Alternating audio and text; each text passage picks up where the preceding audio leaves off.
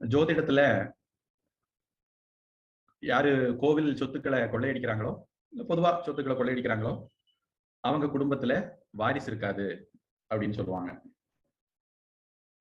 இந்த மாதிரி நம்முடைய ஜாதகம் சரிதானா அப்படின்னு பாக்குறதுக்கு நம்முடைய நட்சத்திரங்கள் காரியங்களை வச்சுட்டு உங்க குடும்பத்துல இந்த மாதிரி இருக்குதா, அரசு வேலையில இருக்காங்களா, நல்ல படிச்சவங்க இருக்காங்களா, இல்ல ஒண்ணுமே படிக்காதவங்க இருக்காங்களா, திருமணம் ஆகாதவங்க இருக்காங்களா, இந்த மாதிரி சில கேள்விகள் கேட்பாங்க.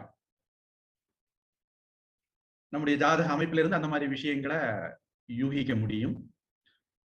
அந்த அடிப்படையில அவங்க அந்த கேள்வி கேட்கிறாங்க. அது பொருந்தி போச்சுன்னா நம்முடைய ஜாதக நேரம் கணிச்சது சரி அப்படின்னு அர்த்தம். அப்படி இல்லைன்னா நேரம் கணிச்சதை அட்ஜஸ்ட் பண்ணிக்குவாங்க. ஜாதக கரெக்ஷனுக்கு சயின்ஸ்ல வந்து வெர்னியர் காலிப்பர் அப்படின்னு எல்லாம் சில இன்ஸ்ட்ருமெண்ட் உண்டு. அதுல ஜீரோ கரெக்ஷன் அப்படின்னு ஒண்ணு பண்ணுவாங்க.